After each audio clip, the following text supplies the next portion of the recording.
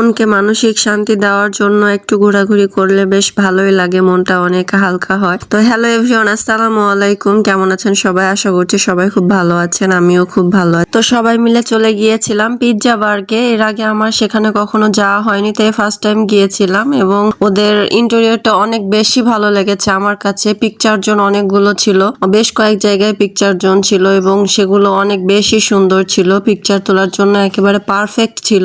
আমরা নিয়েছিলাম একটা সেট মেনু, একটা পিৎজা এন্ড হচ্ছে একটা চিকেন ললিপপ। সেট মেনুটার কথা কি আর বলবো, অনেক বেশি মজাদার ছিল, আমার কাছে তো অনেক ভালো লেগেছে খেতে, খুবই টেস্টি ছিল খাবারটা, যার প্রাইস ছিল মেবি 250 টাকা, আমার এক্সাক্ট মনে পড়তেছে না। আমরা সেট মেনু 2 নিয়েছিলাম। এন্ড আসি পিৎজার কথায়, পিৎজা তো বরাবরই উনাদের ভালো, নাম করা ফেমাস পিৎজা উনাদের। তা আমরা একটা পিৎজা নিয়েছিলাম যেটার প্রাইস ছিল 333 টাকা মেবি। তো সেটা খেতে অনেক মজাদার ছিল, তবে পিৎজা আমার খেতে তেমন একটা ভালো লাগে না যদিও, তারপরও পিৎজাটা অনেক টেস্টি ছিল। এন্ড হচ্ছে ললিপপটা অনেক অনেক অনেক বেশি মজার ছিল খেতে, আমার কাছে খুবই ভালো লেগেছে। আমি ভেবেছিলাম হয়তো আলু আর চিকেন কিমা দিয়ে ললিপপটা করা থাকবে, বাট না, পুরাটাই চিকেন ছিল এবং খেতে অনেক বেশি মজার ছিল ললিপপটা খেতে, আমাদের সবার খুব পছন্দ হয়েছে সেটা। তবে এখন দেখছি প্রায় রেস্টুরেন্টেরই সিস্টেম একই হয়ে গেছে, আগে বিল পে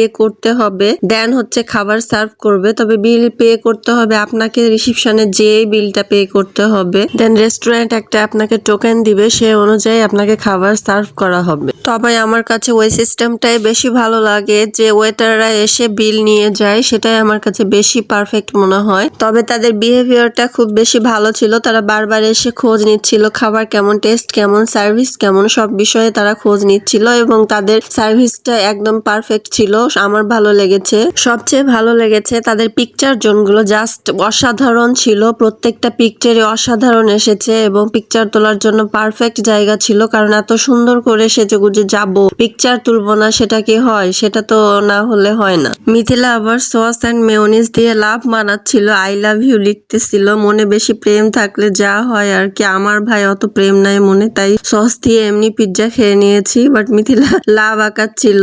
মিথিলার পাশে যাকে দেখা যাচ্ছে ওটা হচ্ছে মিথিলার ছোট বোন। আমরা 4 জন গেছিলাম, বাবুও গেছিল, তবে বাবু ভিডিও করতে চাচ্ছিল না, ও ভিডিও বেশি পছন্দ করে না। আর একটা কথা, আমার ইউটিউব চ্যানেল সাহিদা চুমকি তে সাবস্ক্রাইব করে রাখবেন সবাই। তো নেক্সট ভিডিওতে দেখা হবে, ততক্ষণ সবাই ভালো থাকবেন, আল্লাহ হাফিজ।